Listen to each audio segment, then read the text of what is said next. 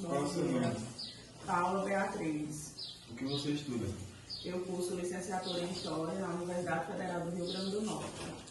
Você, como uma pessoa negra e estudante, assídua sobre essa temática, hoje consegue identificar que já sofreu racismo em algum momento da sua vida? Sim, com certeza. No período que eu sofri racismo, eu não compreendia porque eu não entendia o que era racismo, mas hoje, como estudante, eu compreendo o que é racismo e entendo que em alguns momentos da minha vida eu já sofri. Obrigado. Bom, como a história da escravidão no Brasil influencia nas relações atuais? Influencia de diversas maneiras, tanto a escravidão como a situação dos negros pós-escravidão, né, depois do período abolicionista. Muitas pessoas ainda, infelizmente, associam os negros a trabalhos braçais, não veem pessoas negras em trabalhos mais leves, entre aspas, como professores, médicos, advogados, arquitetos e etc. Sempre associam as pessoas negras a trabalhos braçais, mais pesados, então isso também está muito relacionado à visão que as pessoas ainda associam negros com o processo escravocrata. Como se fosse diferente, né? Como Sim. se não tivesse o mesmo, não o mesmo poder, a mesma igualdade. Sim, não tivessem as mesmas oportunidades, mas realmente, infelizmente, não tem, né? As pessoas negras hoje no Brasil, elas realmente estão mais localizadas em trabalhos braçais. De cada 10 médicos, por exemplo, 2 ou 3 são negros. E de cada 10 funcionários domésticos, 8 são negros. Então tem um desequilíbrio muito forte, infelizmente. Sendo assim, como o racismo afeta a vida cotidiana das pessoas negras? Afetam de diversas maneiras, né? Um exemplo mais atual que eu estou acompanhando é o caso do jogador Vinícius Júnior, né? É o jogador que ele quer jogar, conseguir conquistar, ter oportunidade dentro do futebol, só que ele não está conseguindo, porque simplesmente, né, os europeus, né, que o racismo lá é bem mais forte, eles não conseguem ver uma pessoa negra ser melhor que eles, seja em qualquer aspecto, seja no futebol ou em qualquer aspecto da vida. Então a gente vê que o emocional de Vinícius Júnior está sendo bem abalado, que ele não está mais conseguindo fazer entrevistas sem se emocionar. Então a diversidade de coisas. O racismo ela afeta às vezes o emocional, às vezes o físico e acarreta depressão, né, e diversos outros problemas emocionais e mentais. Sim. Bom, quais são os estereótipos associados às pessoas afro-brasileiras e como eles impactam suas vidas? Bom, diversos estereótipos são associados a pessoas negras. Um exemplo, se uma pessoa negra ela gostar de música mais clássica e músicas mais clássicas, elas não são aceitas. Sempre associam que pessoas negras têm que gostar, por exemplo, de samba, de músicas mais animadas. Isso também na religião. Sempre associam que as pessoas negras elas não podem ser católicas. Associam sempre a religiões de matrizes africanas, como o candomblé, o banda. Não que essas religiões não sejam importantes, são de grande importância, são religiões também, né? Mas sempre associam que as pessoas negras elas estão relacionadas a essas religiões. Associam muito ao carnaval, a músicas barulhentas, a batuques. Então, isso também é uma forma de racismo. Outro estereótipo também está relacionado à beleza da mulher negra, que é em relação aos cabelos. Às vezes, quando as mulheres negras preferem ter o cabelo mais liso e usar técnicas de progressiva ou técnicas de alisamento, elas acreditam que isso é errado, que pessoas negras têm que ter cabelos cacheados, cabelos crespos. Só que eu acredito, não só acredito, eu tenho certeza, que as pessoas negras, assim como qualquer outra pessoa, devem viver do jeito que acharem melhor. E que já passou esse tempo de outras pessoas dizerem que as pessoas negras têm que fazer, vestir ou crer.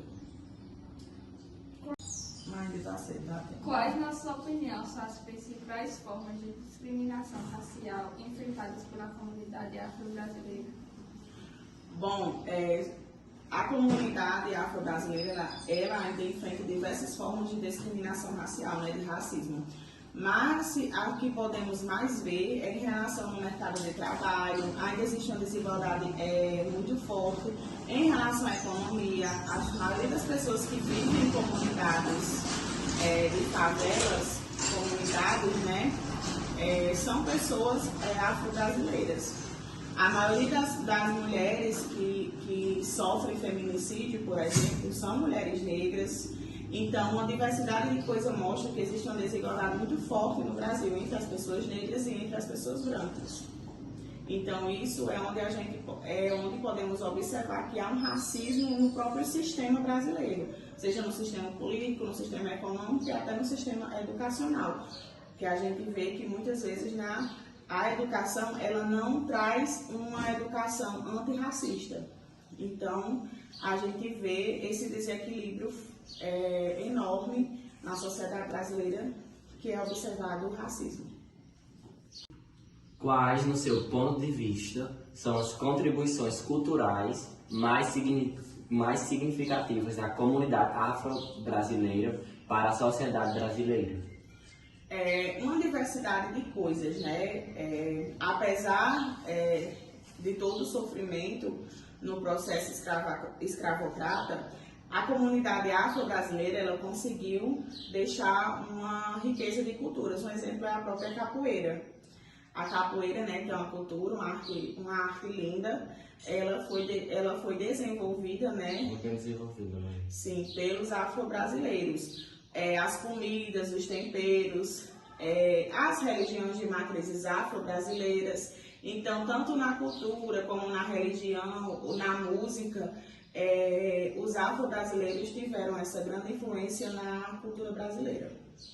Eu vi uma parte também que é bastante bonita de uma das culturas dela, é a parte da música, né? Sim, a música, a gente tivemos grandes artistas, tivemos e temos, né, grandes artistas afro-brasileiros, atores, atrizes, mas em relação à cultura afro, né, essa cultura que foi trazida pelos afro-brasileiros, que foi desenvolvida por elas, temos grandes destaques, né, que é a capoeira e os próprios temperos, né, os temperos que hoje aperfeiçoam nossa comida, ela foi desenvolvida mais pelos afro-brasileiros.